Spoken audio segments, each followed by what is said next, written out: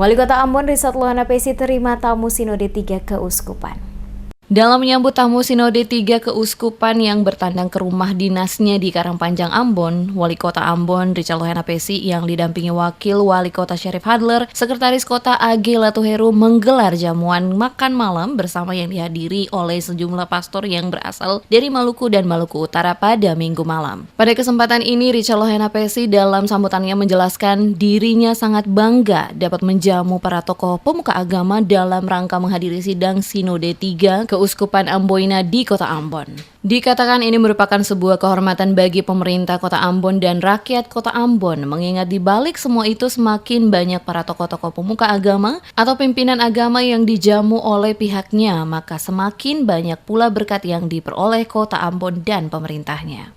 Dalam rangka menghadiri sidang Sinode, ini sebuah kehormatan bagi pemerintah kota dan rakyat Kota Ambon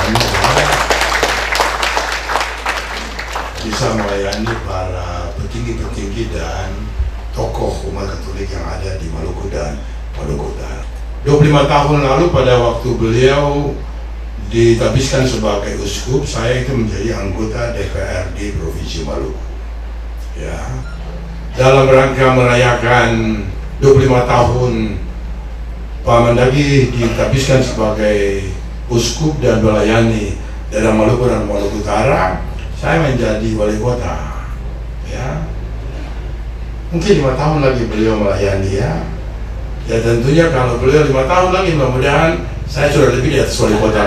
Di samping itu, Lohana Pesi juga menuturkan dirinya sangat beruntung dapat merasakan dan menyaksikan langsung penasbihan 25 tahun Mandagi sebagai uskup, di mana ini kembali membuka kenangan manis bersama SMA Xaverius Ambon, sebab dalam sejarah pembinaan kader bangsa, SMA Xaverius lah yang pertama memiliki OSIS. Dalam kesempatan yang sama pula, Mandagi menuturkan atas penyambutan dirinya dan peserta sidang Sinode 3 oleh Pemkot Ambon ini telah menggambarkan hubungan persaudaraan yang luar biasa. Suatu persaudaraan yang semakin saya rasakan di Kota Ambon.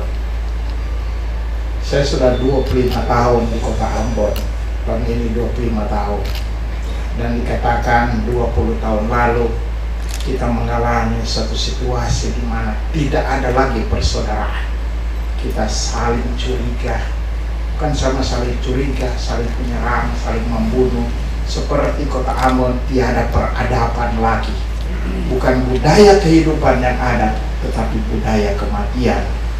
Tetapi betapa Tuhan memberkati Kota Ambon sehingga sekarang ini persaudaraan sudah dirasakan di sini. Dan